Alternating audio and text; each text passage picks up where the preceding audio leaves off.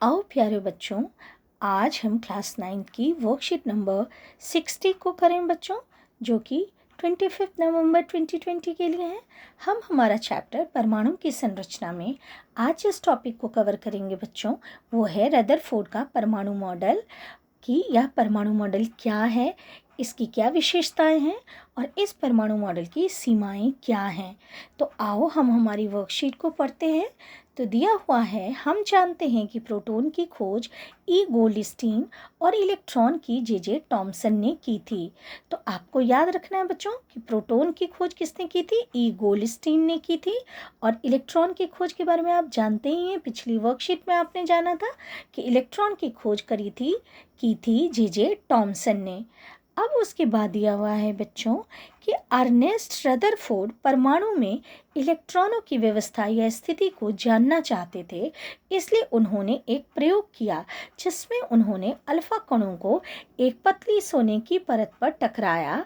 अपने प्रयोग के माध्यम से उन्होंने दर्शाया कि एक परमाणु में अधिकतम स्थान खाली होता है और इलेक्ट्रॉन नाभिकीय के चारों ओर वृत्ताकार मार्ग में चक्कर लगाते हैं। तो उन्होंने अर्नेस्ट रदरफोर्ड जो वैज्ञानिक थे, उन्होंने यह जानना चाहा कि परमाणु में जो इलेक्ट्रॉन की उस समय तक खोज हो चुकी थी, तो वो जानना चाहते थे कि इलेक्ट्रॉन जो कि अपरमाणु कण है परमाणु का, वो किस तरीके से व्यवस्थित है परमाणु के अंदर। इसका पता लगाने के लिए उन्होंने एक प्रयोग किया, जिस प्रयोग को कहते हैं रदरफोर्ड का अल्फा कणों का प्रकीर्णन प्रयोग।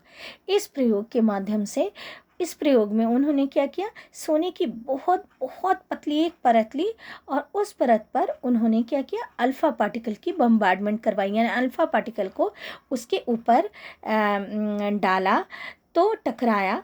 तो उन्होंने पाया कि इसका जो परिणाम आया, तो उस परिणाम के आधार पर उन्होंने पाया कि ज़्यादातर परमाणु के अंदर का जो भाग होता है वो क्या होता है, खाली होता है और इलेक्ट्रॉन जो है वो नाभिकीय के चारों ओर वृत्ताकार मार्ग पर चक्कर लगाते रहते हैं। तो इसी मॉडल को और अच्छे से देखो बच्चों, यहाँ दिया हुआ है रदरफोर्ड का अल्फा कणों का प्रकीर्णन प्रयोग। तो क्या किया था उन्होंने, सोने की बहुत पतली चादर ली थी जो कि 1000 परमाणु मोटी ही थी, यानी उसमें लगभग 1000 परमाणु ही थे, ऐसा मानकर चलो, बहुत बहुत पतली चादर थी। उस पर तेज गति से चल रहे अल्फा कणों को टकराया गया। हम जानते हैं कि जो अल्फा कण होते हैं वो क्या होते हैं, हीलियम आयन जैसे होते हैं। तो अल्फा कण धनावेशित होते हैं और हीलियम के आयन हैं। तो ऐसा समझा गया कि अल्फा कण भी क्या है, धनायन है और प्रोटॉन भी धनायन है। तो ऐसा समझा गया कि क्योंकि अल्फा कण और प्रोटॉन दोनों ही धनायन हैं, यानी एक ही जैसे आवेश हैं, इसीलिए ये जो अल्फा कण हैं वो क्या होंगे, परावर्तित होंगे, यानी टकराकर कहीं वापस इधर उधर चले जाएंगे। तो ऐसा करने के लिए, ऐसा सोचकर उन्होंने इस प्रयोग को किया था। लेकिन जब उन्होंने ये अपना प्रयोग, ये देखो ये वाला जो आप देख रहे हो ये पिक्चर, तो ये वही प्रयोग है जहाँ देखो कि इससे क्या करा जा रहा है, अल्फा कण के किरण निकाले जा रहे हैं और ये सोने की पतली चादर है जिसके ऊपर ये अल्फा किरण डाली जा रही है, टकराई जा रही है। तो यहाँ पर ज़्यादातर देखा क्या, देखो अधिकतर कण क्या हो गए, बाहर निकल गए, सीधे सीधे इधर की तरफ चले गए अधिकतर कण। बहुत कम कण जो थे वो विक्षेपित हुए, बहुत कम। देखो यहाँ दिया भी हुआ है, कुछ कण ही विक्षेपित हुए, यानी कि थोड़े से अपने एंगल को, कोण को बदलकर कहीं दूसरी दिशा में चले गए, है ना। तो इसका क्या परिणाम आया, तो देखो जो परिणाम यहाँ हमने अभी यहाँ देखा है उसी को यहाँ लिखा भी हुआ है कि अधिकतर अल्फा कण सोने की परत के आर पार सीधे निकल गए। सिर्फ कुछ ही कणों का क्या हुआ, छोटे कोणों से विक्षेपण हुआ, यानी कि वो किसी कोण बनाकर वो कहीं दूसरी दिशा में चले गए। अब सिर्फ 12,000 कणों में से एक कण ही है जो कि वापस आया। देखो इसको और अच्छे से, ये जो हमारा डायग्राम है इसमें देखेंगे कि देखो बच्चों, यहाँ दिया हुआ है कि ज़्यादातर कण जो हैं वो क्या हो गए, अल्फा कण बाहर निकल गए। बहुत थोड़े थोड़े जो हैं वो थोड़े थोड़े विक्षेपित हुए, देखो ये आपके दिया भी हुआ है। और सिर्फ 12,000 में से एक ही ऐसा है कण, अल्फा कण, जो कि देखो इधर जा रहा था और फिर वापस लौट आया। यानी कि इससे ये पता चला कि जो हमारा परमाणु है वो परमाणु का ज़्यादातर भाग क्या होता है, खाली होता है। इससे ये पता चला। उसके बाद देखो और यहाँ और क्या दिया हुआ है, तो इन परिणामों के आधार पर रदरफोर्ड ने निम्न परमाणु मॉडल प्रतिपादित किया। तो ये जो परिणाम, ये जो उन्होंने देखा, ये जो प्रयोग देखा, इस प्रयोग के आधार पर उन्होंने क्या किया, अपना परमाणु मॉडल दिया। इसको हम कहते हैं रदरफोर्ड का परमाणु मॉडल। क्या था इस परमाणु मॉडल में, तो एक परमाणु में धनावेशित केंद्र होता है। तो परमाणु के अंदर क्या होता है, केंद्र होता है, जो कि कैसा होता है, धनावेशित होता है, प्लस चार्ज होता है, प्लस आवेश होता है उस पर, जिसको कि हम क्या कहते हैं, नाभिकीय कहते हैं। परमाणु का लगभग संपूर्ण द्रव्यमान इसी नाभिकीय में होता है।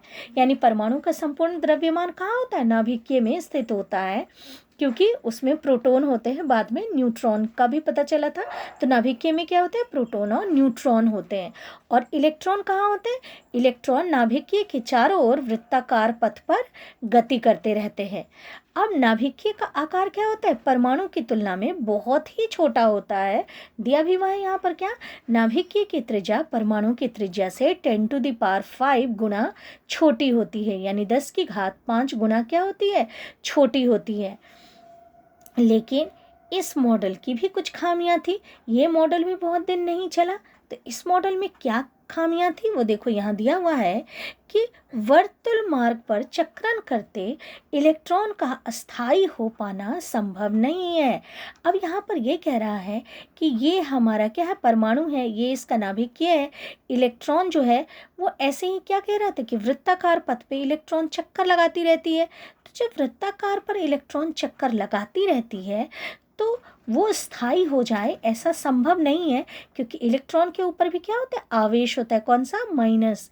तो आवेशित जो अब परमाणु कण है इलेक्ट्रॉन, वो चक्रण अगर लगाएगी तो उससे क्या होगा, उससे विकिरण निकलेंगे, ऊर्जा के विकिरण निकलेंगे, यानी ऊर्जा उससे निकलेगी और धीरे धीरे ऊर्जा का क्या होगा, ह्रास होगा। जैसे जैसे ये ऐसे चक्कर लगाती रहेगी तो क्या होगा, ऊर्जा का ह्रास होता चला जाएगा, यानी कि खत्म होती चली जाएगी ऊर्जा। और अंत में धीरे धीरे करके क्या होना चाहिए, इलेक्ट्रॉन को इस नाभिक के अंदर आ जाना चाहिए, नाभिक से नाभिक में टकरा जाना चाहिए। लेकिन वास्तव में ऐसा तो होता नहीं है। तो ऐसा होता नहीं है, इसका मतलब जो ये रदरफोर्ड का परमाणु मॉडल है इसमें कुछ ना कुछ कमी है, क्योंकि इस बात को तो रदरफोर्ड के परमाणु मॉडल ने समझाया ही नहीं। तो इसीलिए क्या हो गया, रदरफोर्ड का जो परमाणु मॉडल है वो एक तरीके से क्या हो गया, फेल हो गया। यही इस परमाणु मॉडल की कमी हो गई। तो देखो यहाँ दिया भी हुआ है, पढ़ लेते हैं एक बार बच्चों। वर्तुल मार्ग पर चक्रण करते इलेक्ट्रॉन का स्थायी हो पाना संभव नहीं है। इलेक्ट्रॉन आवेशित होने के कारण चक्रण करते समय ऊर्जा का विकिरण करेंगे, यानी ऊर्जा निकालेंगे, जिस कारण की ऊर्जा समाप्त होने पर नाभिक से टकराकर परमाणु को ही नष्ट कर देंगे। कि कौन, इलेक्ट्रॉन। लेकिन इसके विपरीत हम जानते हैं कि परमाणु क्या होता है, स्थायी होता है। यानी कि रदरफोर्ड का मॉडल इस बात को समझाने में क्या रहा, अक्षम रहा, यानी नहीं समझा पाया। तो हमने आज की वर्कशीट में बच्चों रदरफोर्ड के परमाणु मॉडल के बारे में जाना है। आओ चलो क्वेश्चन आंसर को करते हैं। पहला क्वेश्चन है, रदरफोर्ड ने अल्फा कण प्रकीर्णन के प्रयोग में किस धातु का इस्तेमाल किया। तो किस धातु का इस्तेमाल किया था, गोल्ड का इस्तेमाल किया था, Au का इस्तेमाल किया था। दूसरा है, रदरफोर्ड द्वारा किए गए प्रयोग के परिणाम क्या थे। तो रदरफोर्ड ने जो प्रयोग किया था उसके परिणाम क्या थे। तो इसका परिणाम ये देखो बच्चों, ये आपके दिया हुआ है कि प्रेक्षण या परिणाम, तो ये थे। तो ये आप क्वेश्चन नंबर 2 का आंसर लिखेंगे। उसके बाद बेटे थर्ड क्वेश्चन है, इस मॉडल के अनुसार परमाणु के नाभिक में और वर्तुल मार्ग में कौन से अपरमाणु कण होते हैं। तो इस मॉडल के अनुसार नाभिक में प्रोटॉन है और वर्तुल मार्ग पर कौन है, इलेक्ट्रॉन है। उसके बाद बच्चों फोर्थ क्वेश्चन है हमारा, रदरफोर्ड के परमाणु मॉडल के मुख्य लक्षण लिखिए। तो रदरफोर्ड के परमाणु के मुख्य लक्षण हैं बच्चों, ये जो 3 आप देख रहे हैं, ये रदरफोर्ड परमाणु के मुख्य लक्षण हैं। तो ये आपका क्वेश्चन नंबर 4 हो गया। उसके बाद बच्चों क्वेश्चन नंबर 5 क्या कह रहा है, प्रोटॉन की खोज किसने की और अल्फा कण किसे कहते हैं?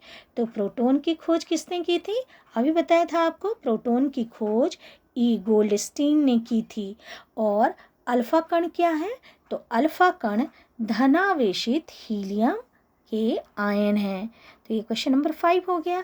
तो इस तरीके से बच्चों आपकी वर्कशीट खत्म होती है। थैंक यू बच्चों।